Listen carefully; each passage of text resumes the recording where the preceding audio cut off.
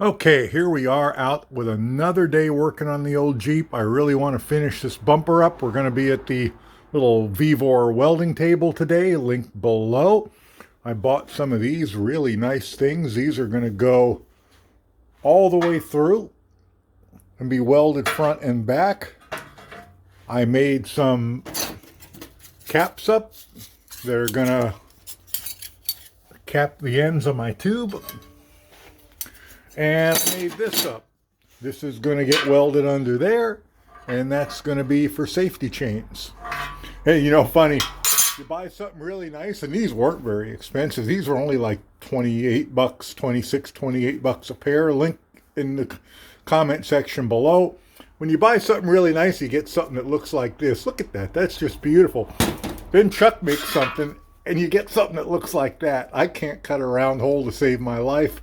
And I don't have anything to drill a hole that big, so it was plasma cutter. So we're going to get that all tacked on now, and I'm still waiting. I ran out of my favorite welding wire, so I'm supposed to get another roll of it from Amazon today. But we're going to get all of this stuff. We're going to get the holes cut, those tacked in. We're going to get the end caps on, and we're going to get that tacked on. And hopefully by the time I get done with that, there will be some welding wire for me. Okay, it has been an interesting day working on this bumper, but I think I finally have all the pieces on and put in place and suitably square and straight enough to make me happy. One of the problems I had was the holes that go all the way through for these clevis pins. I didn't quite hit that right, and you can see on the back I had to embiggen the hole a bit in order for it to come square out, and that's on me. I also decided to leave them. I couldn't figure out if I wanted to cut those or leave them full length, or how much should project out from the bumper. So I decided just to make them flush with the back of the mounts, which will put this up against that frame rail in the back of the Jeep. I can't see any harm that would do, so that's what I did. I changed my mind about my spare tire carrier. I was going to cut a hole and put a piece of tube in that the 1-inch bar would fit in. And the more I looked at what other people have done and the more I thought about it, I thought it would be better to have the pivot, the part that, the friction part out here where I could grease it and work on it instead of down there inside the bumper. So I did that. That's just 1-inch bar. It goes all the way through and it's going to weld from the back. I've got the plates tacked on the end. I have my safety chain thing on. All this is on this end. That end's closed off. This is going to be where the spare tire, I think what I'm going to try and use is 2x2 square tube, or excuse me, 3x2 square tube. I'm going to put a thing over here that's going to give me a tension and a way to grease it. The tube is going to come across. It's going to stop here. I'm going to put some rubber there and up there and a hole in here. And I think all I'm going to do is put like a hood pin in it, a hood safety pin. And anyway, I think that's what I'm going to do unless I think it doesn't work. So all I have to do now is wait for my favorite welding wire to arrive, which is supposed to be here today. It's already going on 3 o'clock, so I'm probably not going to come back out and start a long welding project this afternoon. The welding wire, I got the INE wire.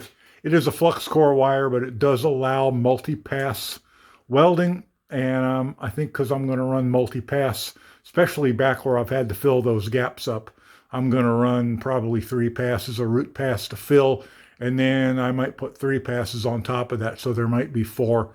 But I want to make it as strong as I can, and this thing's getting heavy. I expect it probably weighs 30, 35 pounds by now. I keep adding stuff to it. Anyway, that's what it looks like for now, and we're going to come back out tomorrow and weld it up.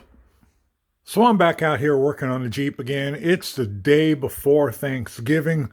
I'd really like to polish this bumper off, but it's already mid-afternoon and I've just now gotten out here. So I came out to weld this up and I got a couple of ideas, and I thought I would take some of this angle like this, and instead of just putting, here, let me flip this thing so that we can see what I'm talking about better.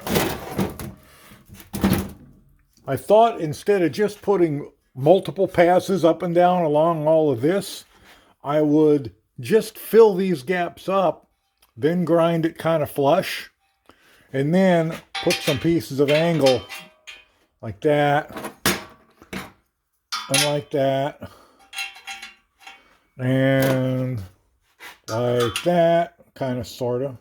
I'll trim one of those, and like that, and I'll probably make longer ones for that as well. And even over here, even though had I left this full length, I would now be able to have welded that all the way up, but I'm still going to put those in there.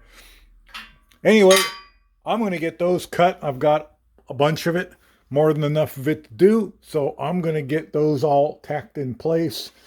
Well, actually, what I'm going to do is I'm going to get them cut, and then I'm going to fill these gaps up, and probably what I'm going to do is just take some regular stick welding rod, bust the flux off and lay it in there and tack it, and then weld across it. Then I'll get a grinder and come in and grind that flush, or flush enough for me to come in with that angle and weld that in. All right, it is the day after Thanksgiving and the bumper is done. Thanksgiving Day morning, I welded it all up, and I hope everybody had a happy Thanksgiving.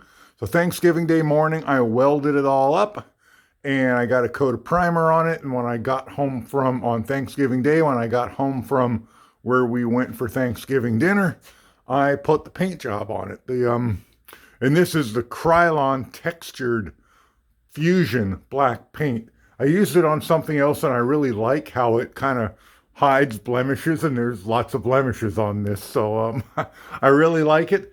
But ends are completely capped and welded. All the welding is done. I made some last minute changes on it as I was welding it. Let me see if I can show them to you. Mainly changes were on the back. See if I can flip it fairly easily. Hey, there we go. That wasn't too bad. I cut some 3/4 by 3/4 angle, and I put it on the back of the mounts, on the back of the clevis mount, and on the backs of here, both sides. What is that? 2, 4, 6, 12. That's 14 chunks of 3/4 angle. I welded on all across both sides of this to just kind of beef it up a little bit extra. Kind of liking that idea. And then I had to relocate this because I had it in between here, and it obviously wasn't going to work with that angle in there. So those are the changes I made.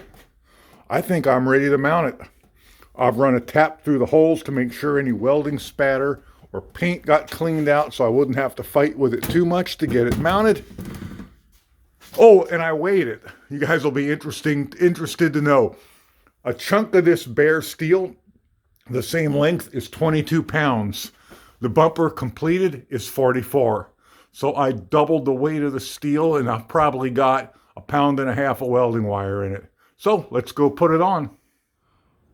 So I put this bumper on first thing this morning, and then I had to run right out, and I've just now got back to it, and it's like 3:15, so let's take a look at it.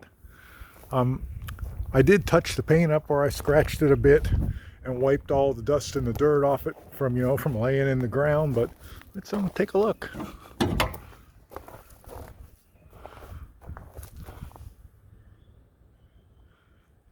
Honestly, I'm pretty pleased with that. I think there's a few minor things I'd change if I had to do it over again, but honestly, I'm pretty happy with that. I think when I raise the spare tire up, it'll be just absolutely perfect. And one thing about this, if you guys are thinking that you can't do this because you don't have all the tools and stuff I have, honestly, you could make this bumper in a backyard with a couple of sawhorses, an angle grinder, a drill, some drills, some flap discs, some cut-off wheels, and $130 flux core welder, which is what I use to weld it all up. So don't think you can't do this, because you can. It's really easy. Anyway, I'm really pleased with it. Let me know what you guys think down in the comment section below, and I will catch you in the next one. Bye for now.